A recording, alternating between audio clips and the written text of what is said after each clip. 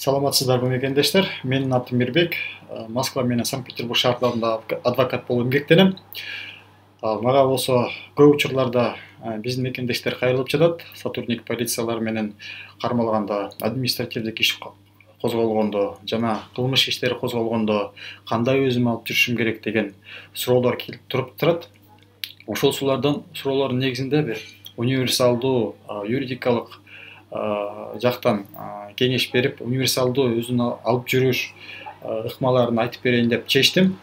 Ошол ыкмалардын арасында эң бир негизги бул укугу, бул болсо Конституцияда белгиленген, бул болсо 26 статья 2 части Конституцияда белгиленген, ар бир адам өзүнүн эне тили менен колдонууга укуктуу деген берене бар. Ал берененин негизинде соттор, граждандык сот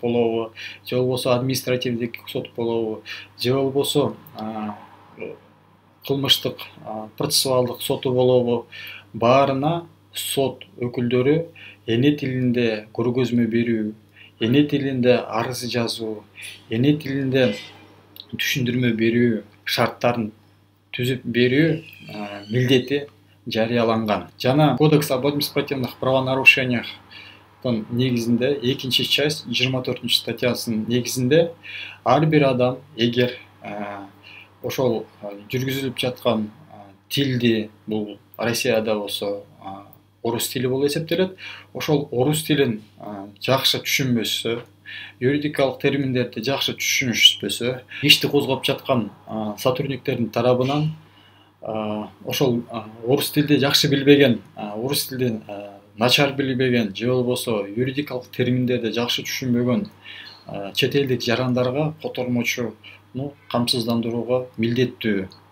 Бул камсыздануу милдеттерин жакшы колдонушпаса, же бул камсыздануу милдеттерин аткарышпаса, Пленум Верховного суда Российской Федерациянын токтомунун 24 март 2015 жыл номер 5 санында жазылган: существенным недостатком протокола является отсутствие данных о деятеле лицо, в отношении которого возбуждено административное дело, языком производства, на котором оно ведется. То есть, эгерде протоколдордо орус тилин билесиңерби же билбейсиңерби деген маалда ошол орус тилин билбейм деген берсеңиздер, сиздерге котормочу берилет.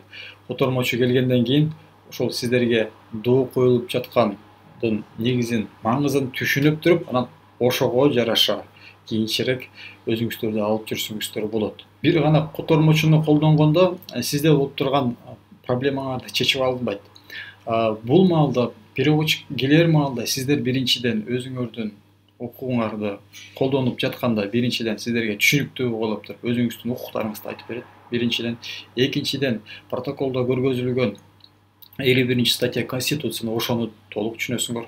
Андан тышкары сиздер болсо өзүңөр шайлаган, же болбосо сиздин атыңыздан келген представитель, защитникке болгон укугуңар жөнүндө толук айтып берет. Жана ошол укуктарды туура колдонуш үчүн эң негизгиси бул переводчиктин керектиги.